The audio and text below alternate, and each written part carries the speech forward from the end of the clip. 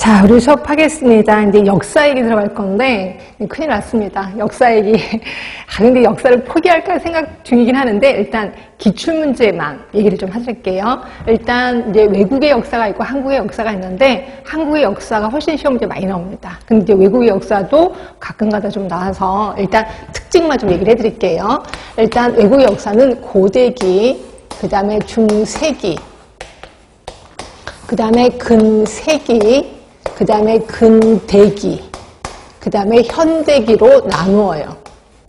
자, 고대기는 AD 1년부터 500년까지를 얘기하는 거고요. 자, 중세기는 1500년이야. 그러니까 결국 1000년이 중세입니다. 1000년이. 그러니까 굉장히 많은 부분을 차지하는 게 중세기겠구나. 이렇게 보시면 되고, 그 다음에 근세기가 1850년까지.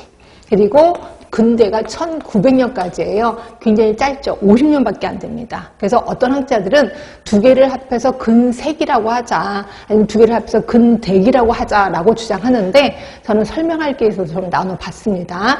그리고 1900년 이후를 현대기라고 볼 수가 있어요. 자, 근데 이제 고대기에서는 되게 유명한 그리스 로마라는 나라를 알고 계실 거예요. 그거 할 건데, 그리스에서 히포크라테스 되게 중요합니다. 히포크라테스는 의학의 아버지라서 중요한 건 아니고요. 그때 당시에 세균이라는 걸 발견을 못했거든요. 그래서 이제 히포크라테스는 세균이라는 걸 눈에 보이지 않은 거, 세균이라는 건 아예 없으니까 병이 왜 생기지? 라고 고민을 하다가, 아, 이거구나라고 생각을 해요. 뭐냐면 더러운 공기요. 그러니까 더러운 공기가 내 몸에 들어가면 나는 병이 생기는 거야. 그럼 더러운 공기를 내보내면 되겠네. 이러면서 장기설이라는 걸 얘기를 합니다. 장기설. 이게 시험 문제 나왔거든요. 장기설은 더러운 공기라고 생각하시면 돼요. 그러면서 이때 만든 병이 말라리아라는 병이에요. 말라리아는 말이라는 단어하고 아리아라는 단어가 합쳐진 거거든요. 말은 나쁜이에요. 그리고 아리아는 공기예요. 나쁜 공기. 그래서 만든 병이 말라리아예요. 근데 말라리아는 모기 때문에 만들어진 거거든요. 근데 그들은 모기라는 걸 생각도 못하고 그냥 나쁜 공기 때문에 생긴 거야 라고 얘기를 한 거죠. 그래서 말라리아라는 질병명을 만든 사람이 히포크라테스. 그러면서 장기설. 이것도 좀 기억을 해두시면 되고, 그 다음에 여기 이제 그리스 사람입니다.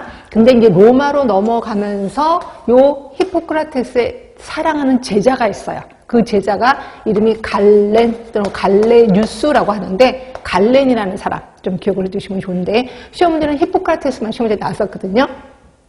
그리고 말라리아 이것도 시험 문제 나왔었고, 갈렌은 이 장기설을 완성시킨 사람이라고 보시면 돼요. 완성시킨 사람이고, 그 다음에 위생학이라는 용어를 최초로 만든 사람이라고 보시면 돼요. 그래서 이것도 외우기 힘드시면 그냥 히포크라테스만 좀 외우자라고 보시면 될 것 같고, 그런데 고대가 이제 이렇게 그리스 로마로 끝이 났잖아요. 근데 그리스 로마가 굉장히 화려했잖아요. 화려해서 결국 망했습니다. 그래서 이제 중세기 사람들은 그거를 교육을 삼는 거야. 교훈으로 삼아서, 아, 화려하면 망해. 이런 생각을 하게 돼요. 그래서 될수록 몸에 치장을 안 합니다. 왜냐면 화려하면 망하니까. 그래서 계속 이렇게 치장도 안 하고, 그런데 이게 좀 오바를 해서요, 씻지도 않아요. 세수도 안 하고 목욕도 안 하는 거예요. 그래서 일부러 더럽게 막 다니는 거예요.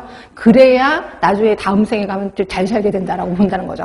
이러다 보니까 온갖 세균이 나돌았다. 굉장히 더러웠겠죠. 온갖 질병이 나돌았거든요. 질병이 쭉 이름이 나올 겁니다. 근데 이 중에서 반드시 기억하실 질병은 패스트. 이거 좀 기억을 해두셔야 돼. 왜냐하면 패스트가 그때 당시에 유럽 인구의 거의 4분의 1을 쥐었다면서요. 코로나19랑 거의 비슷하다. 이렇게 얘기를 하더라고요. 그래서 이것 때문에 그 지역에서 유행했던 지역에서 왔던 우리 지역으로 온대, 그 사람이. 그럼 우리 동네 못 오게끔 하는 거예요. 못 오게끔 하고 우리 동네 바깥에서 한 40일간을 머물게 하는 거예요. 그래서 40일간 머물른 다음에 그 다음에 별 이상이 없어. 그러면 이제 들어오게끔 하는 거죠. 그래서 40일간 머물렀다라고 해서 이걸 쿼런틴이라고 표현하는 거고, 이게 지금의 검역이 시작이 됐다라고 보시면 됩니다. 결국 패스트라는 병 때문에 검역법에 의한 검역소가 설치가 되는 거죠. 그 검역소가 1383년에 검역소가 만들어지거든요. 이거 좀 외우기 쉽지 않아요? 3하고 3함을 묶으면 8이 되잖아요. 가도 뒀다는 거지 뭐. 그죠? 그래서 1383년에 검역법에 의한 검역소가 최초로 세워졌다. 그러면 검역법을 일으키게 한 병이 뭐야? 패스트. 네, 그렇게 해서 기억을 해두시면 돼요. 그래서 중세에 온갖 병이 나돌았지만 그 패스트만 좀 기억을 해자라고 보시면 될 것 같고, 그 다음에 이제 근세기로 갈게요. 근세기는 다시 둘로 나뉘거든요. 중상주의하고 그 다음에 계몽주의로 나누어요. 근데 중상주의는 뭐랑 이렇게 그 시간이 이렇게 맞추냐면 르네상스랑 좀